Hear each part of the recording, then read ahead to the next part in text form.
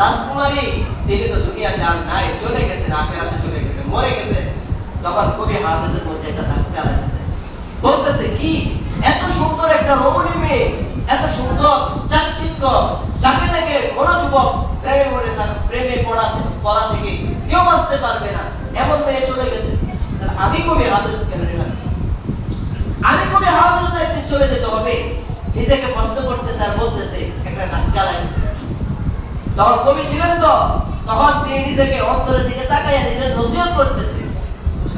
প্রশ্ন হাফেজ বত গোয়ামকে বলতা জানো মিমানত, আগার মানত সবে দিগার নবী মানত, গোলাশ গুলশান জুদা গাছটা তরুতা জানো মিমানত, আগার মানত সবে দিগার নবী মানত। নিজের নসিহত করে। শোনো হাফেজ, দেখো বাগান থেকে একটা তাজা ফুল যদি আমি ছিঁড়ে আনি, এই ফুলটা কয়দিন থাকে? সর্বোচ্চ একদিন তাজা থাকে, পরের দিন শেষ হয়ে যায়।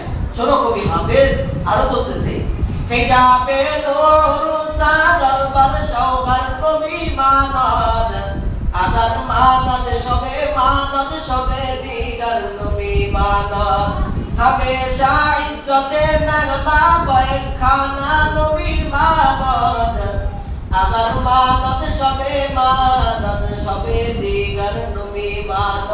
বলতেছে একজন নববধূকে যখন তার বাপের বাড়ি থেকে সাজায়া আনা হয়, তখন স্বামীর বাড়িতে সর্বোচ্চ একদিন নববধূ থাকে, পরের দিন পুরাতন হয়ে যায়। একজন মেহমানদারির মেজবানের কাছে তার মেহমানদারি থাকে একদিন, শরীয়তের বিধান, আর পরের দিন তার মেহমানদারি করা আবশ্যক নয়। নিজের পথ বলতেছে, শোনো হাফেজ, আমার তো একদিন চলে যেতে হবে, আজ আছি কাল থাকবো না।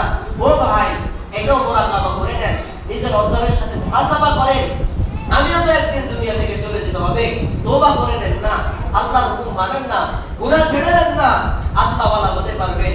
আল্লাহ তাআলা আমাদেরকে যা কিছু আলোচনা হলো, আল্লাহর হক যদি আমি আদায় করতে পারি, তাহলে আল্লাহ আমার একটা কাজ, তাহলে যে আলোচনা করলাম তার আলোচনার সারসংক্ষেপ হলো যে হকগুল্লাহ হক করিবার, বান্দার হক কি আল্লাহর হক কি?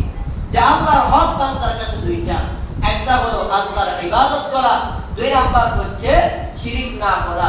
এই দুইটা হক যদি আমি আল্লাহর আদায় করে দিতে পারি, আমি বান্দা হিসেবে আল্লাহর কাছে একটা প্রাপ্য আছে, সেটা হলো আমার জান্নাত। আল্লাহ আমাকে জান্নাত দেবে।